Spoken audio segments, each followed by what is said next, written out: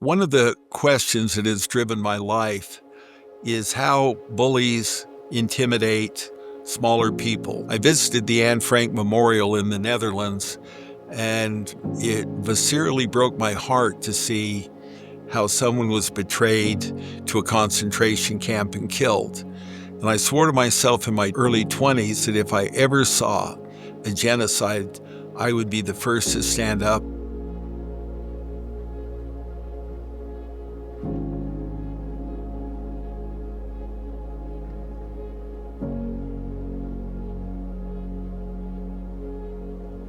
People have asked, with no relationship prior to the war in Ukraine, how I became involved. In February of 22, with horror watched, cities being blown apart, people fleeing, millions and millions of people having to leave their homes to flee the rockets and attacks, and thousands being killed. And I still remember a young child all alone, separated from his parents, crying on a sidewalk.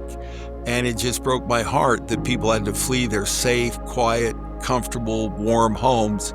It just broke my heart to see that the largest evacuation in modern history was happening in front of my eyes in Ukraine as they fled the ongoing Russian assault. I made a commitment to go to Ukraine and see what I could do. It is radical. When I met the people, they were haggard, wearing scarves, older clothing, psychologically shaken.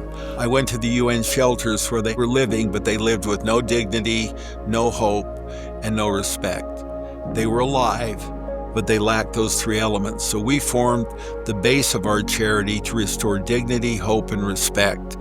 And that means that you're elevated. You're not simply given the minimum to survive. You're supported to the level that you can have your dignity and hope renewed. And I've now spent the last 3 years working in Ukraine, providing food, at 1,900 meals a day. Another point, I built 450 modular homes for people who had them destroyed in the early days of the war. But then I've come to know that I need to build full communities where people can resurrect their lives. And that requires returning you to a neighborhood, a community, and a village with everything that you would feel in that village.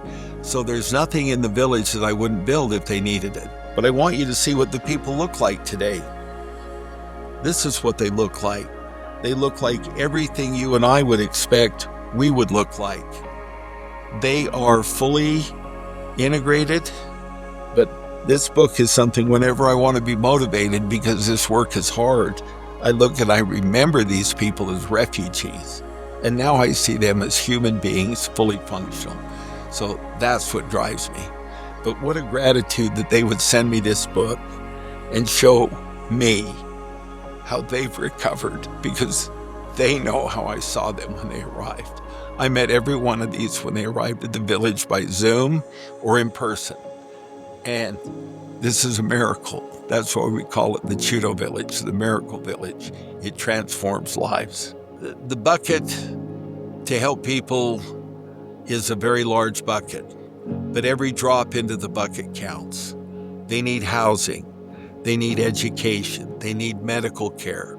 I started dropping into that bucket 32 months ago, just as I approach at the end of this year $140 million of my own money. I have no profit motive. I only want to save one more. I tell you, that is my heart.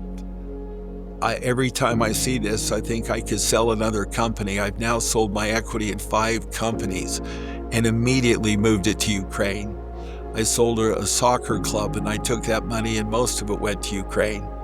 I wake up dreaming what more I could sell, because I know there's nothing I own that is more important than saving people that cannot save themselves. They're dependent on us. We need to stand against the bully. We need to stand against power. We need to support these people, not betray them.